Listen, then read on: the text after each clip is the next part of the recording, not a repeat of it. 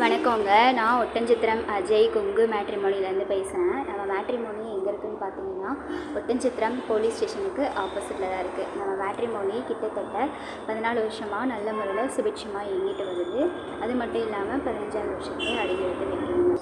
நிறைய பேர் நம்ம மேட்ரிமோனி மூலிமா ஆன்லைனில் ரிஜிஸ்டர் பண்ணி சுபிட்சமாக இருக்காங்க.